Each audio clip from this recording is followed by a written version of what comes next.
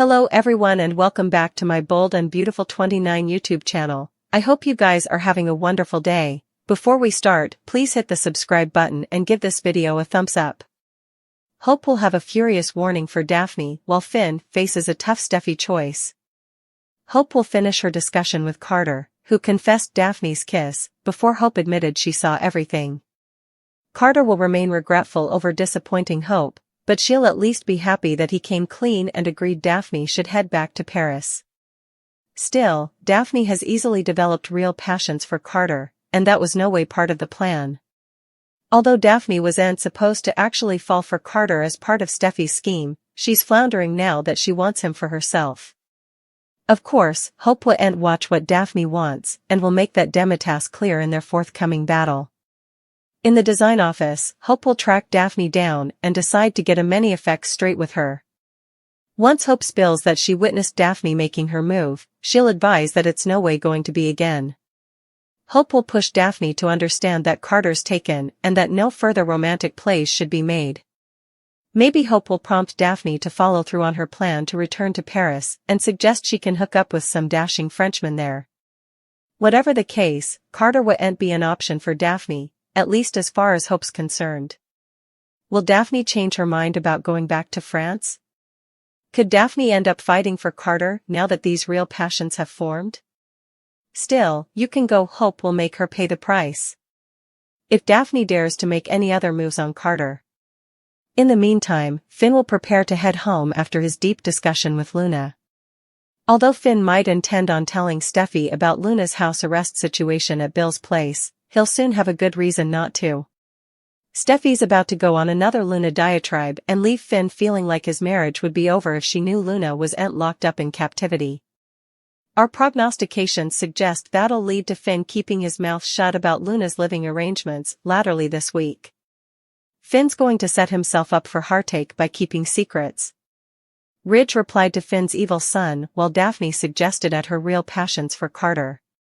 At the Precipice house, Taylor made a vaticination about Luna sluggishly entangling herself into their lives, starting with Finn's phone calls and captivity visits to her. Since Taylor bothered this would just be a reprise of how effects went down with Sheila, she formally again pushed Steffi to bring the kiddies and move in the Forrester manse. When Ridge showed up, he was confused about why Taylor was prompting Steffi to leave her hubby. Steffi and Taylor gave Ridge updates on Luna being Finn's bio son, so he reeled over that news and all the disturbing details. Ridge agreed with Taylor about Steffi demanding to move in Eric's place, but Steffi remained reticent to leave Finn. That's especially true because Steffi assumed Luna was locked up tight in captivity where she belonged. At Bill's manse, Finn told Luna about his night with Poppy, her maternity deception, and how the verity came out. There was some talk about how Finn and Luna were cheated out of so numerous times together that could have made a difference in her life. Since Luna eventually had a loving pater, like she'd wanted her entire life, she participated in another warm grasp with Finn on Tuesday's B&B occasion. In the design office at Forrester Creations, Daphne flashed back to her kiss with Carter and murmured about how she wasn't supposed to fall for him. When Zend arrived hoping to bandy a new scent for Hope for the future, Daphne suggested they could talk over videotape converse coming week. Zen said about Daphne was heading back to Paris, so he suspected the reason why might be related to Carter. In the main office, Carter made a speech about how he no way wanted to fail Hope and reflected on how other men had let her down. Carter didn't want to hide effects from, so he confessed that Daphne was leaving for Paris because she kissed him. Hope admitted she formerly knew since she saw everything, so Carter was taken suddenly. Hope will shift her attention to Daphne soon enough, so don't miss all the counter-reaction Daphne's about to face. It's not going to take veritably long for Steffi to run back into the arms of her partner, Liam Spencer. Not only that, but it's also not going to take veritably long before Steffi and Liam hit the wastes, if you know what we mean. After all, if there's anything that we've learned about Steffi over the times, it's that she's the kind of person who always runs to her partner whenever the going gets rough. That seems to be the case now that she's completely apprehensive of the fact that Finn is Luna's natural father. There's no way that she's ever going to live under the same roof as the person who nearly killed her, and that's why she's getting the hell out of there. But, at the same time, Steffi doesn't have numerous places to run to. That's why she's gone back to Liam. Sure, he's always there to seek comfort whenever Steffi needs him, but everyone knows the way that Liam operates.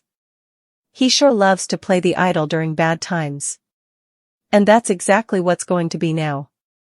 Liam is going to tell Steffi all the sweet nothings that she wants to hear, and before any one of them indeed knows it, they're going to start kissing and making out, and also effects will do into the bedroom.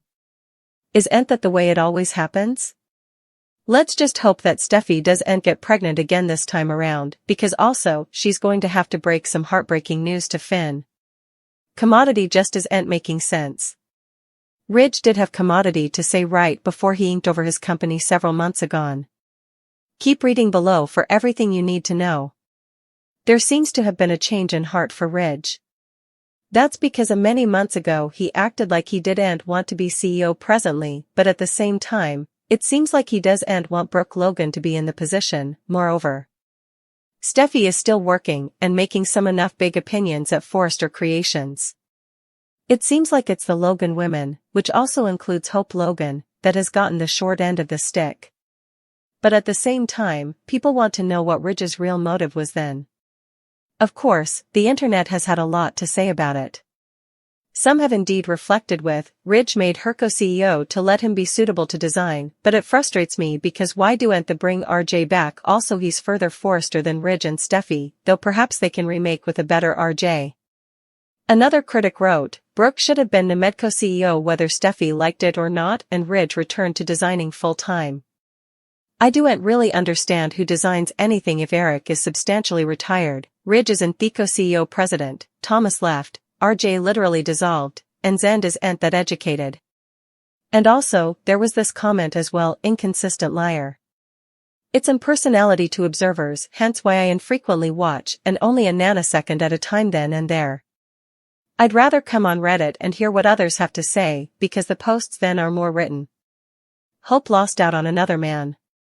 Carter succumbed to the charming Daphne Rose. Commodity tells us that Hope had it coming. She had the chance to be with a faithful man, not formerly, but doubly. Hope brought this air onto herself. It turns out that Daphne Rose isn't the only one who's been nosying around recently. Steffi hired her to bring down FC's power couple, Hope and Carter. Daphne used her good aesthetics and charm to make him come around. Carter fell right into her trap.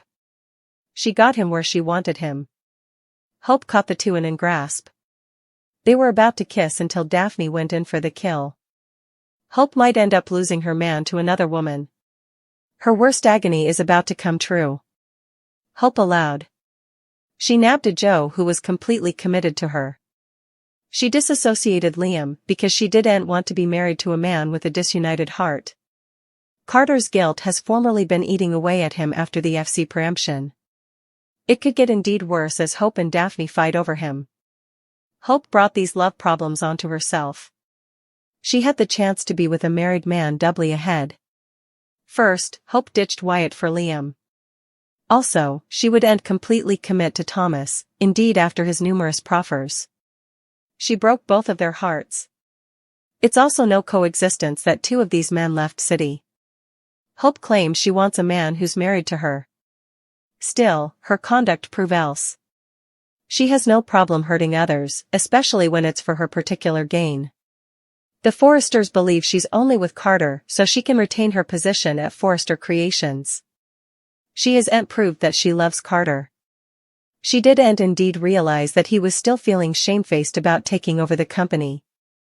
Wyatt was right. Hope only wants what she can't have. She left Wyatt after she lost their baby. Hope only wanted Thomas in the heat of the moment. She didn't suppose he was good enough to marry. She keeps repeating the same mistake of being with a man who strays. Hope had it coming when she got with Carter. She'll no way learn if she doesn't want to settle down with the right man.